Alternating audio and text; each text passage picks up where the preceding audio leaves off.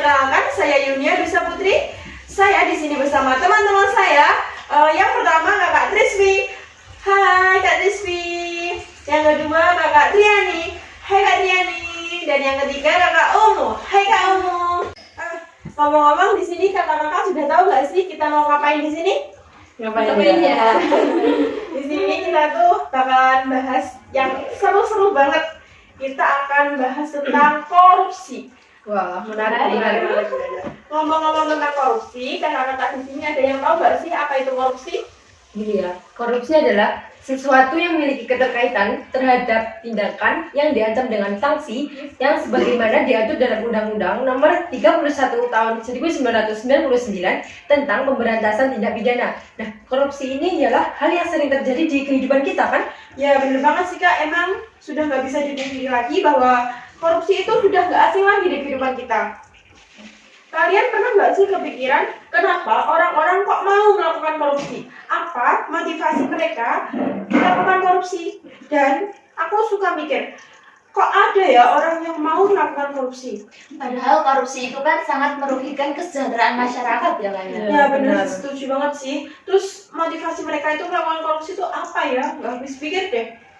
Oh iya Kak, kan ada tuh istilah tentang Ghosn teori. Ada yang tahu nggak sih apa itu Ghosn teori? Nah, Ghosn teori itu bisa diartikan sebagai salah satu teori korupsi oleh Seth Ballon yang menyatakan seseorang melakukan korupsi. Gitu ya Kak. Terus penyebab seseorang melakukan korupsi itu apa ya Kak? Nah, salah satu teori menurut Seth Ballon Ghosn teori menyebutkan bahwa faktor seseorang melakukan korupsi itu ada 4. Yang pertama yaitu greed atau keserakahan, opportunity atau kesempatan, needs atau kebutuhan, dan yang terakhir yaitu disclosure atau pengungkapan. Nah, jadi benar yang dibilang kakak tadi ada 4 penyebab. Nah, itu yang pertama adalah keserakahan. Artinya itu diri kita sendiri kurang mampu bersyukur atas apa yang kita dapat. Dan yang kedua adanya kesempatan. Jadi seseorang itu mikir, wah itu ada kesempatan untuk korupsi. Selanjutnya? Nah, yang ketiga yaitu untuk kebutuhan sendiri, teman-teman. Nah, ini tuh merupakan suatu sikap yang mendasari mental seseorang yang membuat dan juga mendesak seseorang untuk mendapatkan dan juga yang memenuhi segala kehidupannya. Dan yang keempat itu pengungkapan sendiri. Itu dapat diartikan seperti sebuah hukuman ataupun juga sanksi yang diberikan kepada koruptor ya, pelakunya, yang sebenarnya itu tidak memberikan efek jera terhadap mereka. Oh iya ya. Wah, ternyata teman-teman ada 4 penyebab korupsi yang telah dijelaskan kakak-kakak tadi. Oke Kak, sebelum kita lanjut ke topik selanjutnya, kita break dulu kali aja ya. Silakan minum Kak. Minum nih. Terus dulu. Cheers.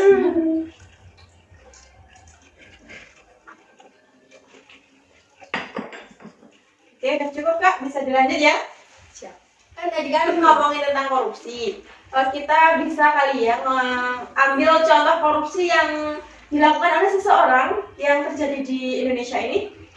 Gimana nih Kak, kalau kita mengambil contoh kasus korupsi bantuan sosial COVID-19 yang dilakukan oleh mantan Menteri Sosial. Kemarin itu Kak yang bulan-bulan lalu Iya, Nah, benar banget. Apalagi kasus itu sempat menghebohkan media massa. Ya nggak sih guys? Iya. Oh iya, kalian Kehidupan tahu mereka. nggak sih Nah, gimana contohnya itu ekonomi. Jadi gini, para para pemerintah ini itu kan banyak banget yang masyarakat baik pengaruh untuk memberikan bantuan sosial kepada masyarakat di Indonesia. Nah, sebenarnya bantuan yang disalurkan kepada masyarakat itu bernilai 300.000 per orang. Tapi sayangnya si bapak mantan Mensos ini mengambil 10.000 dari paket dana yang disediakan oleh pemerintah. Nah, Bapak mantan Mensos ini tidak hanya korupsi di situ saja, teman. Dia korupsi dari perusahaan swasta lainnya, dan jika diakumulasikan semuanya itu totalnya mencapai 17 miliar rupiah. Ya ampun. Banyak ya Kak, ya ampun. Iya kalau dilihat-lihat emang nggak sedikit juga jumlah uang yang si bapak mantan Mensos tadi ambil dari tangan masyarakat, dan pastinya itu merugikan masyarakat banget sih. Iya. Iya kan, apalagi masyarakat yang memang sangat membutuhkan bantuan sosial itu di masa-masa pandemi saat itu. Iya sih, benar. Iya benar-benar. Nah, mungkin coba kita kolerasi kasus korupsi bansos ini sama kakak-kakak yang ada di sini. yang telah dibahas tadi, kira-kira penyebab korupsi yang dilakukan oleh Bapak mantan Menteri Mensos tadi apa sih Kak? Menurutku sih kayaknya ya, gara-gara penyebab yang sama yaitu opportunity ataupun kesempatan. Kalau menurut kalian gimana Kak?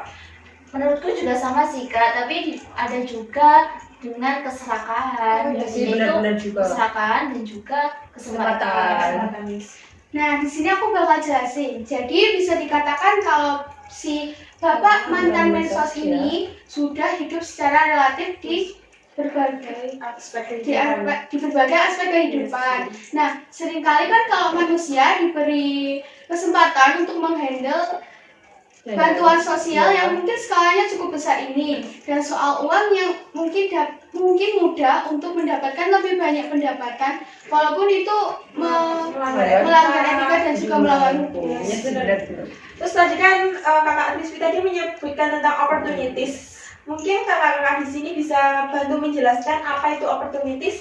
Jadi benar yang dijelaskan kakaknya tadi. Jadi opportunities dalam konteks dari ini merupakan kesempatan seseorang untuk melakukan korupsi. Nah, si pelaku ini menganggap bahwa peluang untuk ketahuannya itu kecil. Benar. Mungkin di sini Bapak mantan Menteri Mensos tadi itu melihat adanya kesempatan bagi dia untuk melakukan korupsi. Kan bansos COVID-19 itu kan sudah dihandle secara penuh kan oleh Kementerian Sosial di Republik Indonesia ini. Jadi peluang dia untuk melakukan hal tersebut itu sangatlah besar sih. Iya benar. Iya kan, mungkin dia pikir dia bisa terbebas dari terbangnya kasus ini ke media publik, tapi kenyataannya berbanding terbalik, dan itu yang menyebabkan Bapak mantan Mensos ini melakukan korupsi. Ya benar banget. Jadi kita tuh harus mikir apa sih akibat dari yang telah kita lakukan nantinya. Jadi kita itu nggak asal melakukan sesuatu.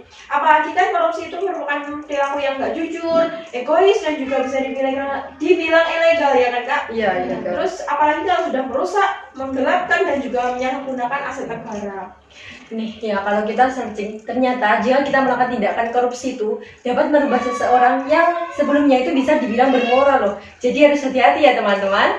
Nah, boleh didengerin tuh teman-teman, kenapa kita nggak diperbolehkan untuk korupsi? Nah, kita bertiga kali ini akan mengajak teman-teman untuk mulai menanamkan sikap anti korupsi ke dalam diri teman-teman sekalian. Oke Kak, coba kakak-kakak di sini kasih tahu kepada teman-teman yang ada di rumah, gimana sih mereka bisa memulai mengembangkan sikap anti korupsi pada diri masing-masing. Nah, jadi ini teman-teman, kita itu jangan takut, jangan ragu untuk memulai sikap anti korupsi. Kita mulai dari dalam diri kita sendiri, dan kita mulai dari hal-hal yang kecil terlebih dahulu. Contohnya, tidak mencontek saat ujian, Benar. mematuhi peraturan, dan hukum-hukum yang berlaku di sekitar kita. Dan juga mengembangkan standar etika diri yang kita tempuh sejak muda itu juga dapat berkontribusi dalam mengembangkan sikap anti korupsi dalam diri kita masing-masing secara nyata. Wah, benar. Hebat banget ya kakak-kakak di sini ya teman-teman. Nggak kerasa ya ya Kak ya, kita udah mau selesai aja. Padahal tadi kan baru kenalan ya.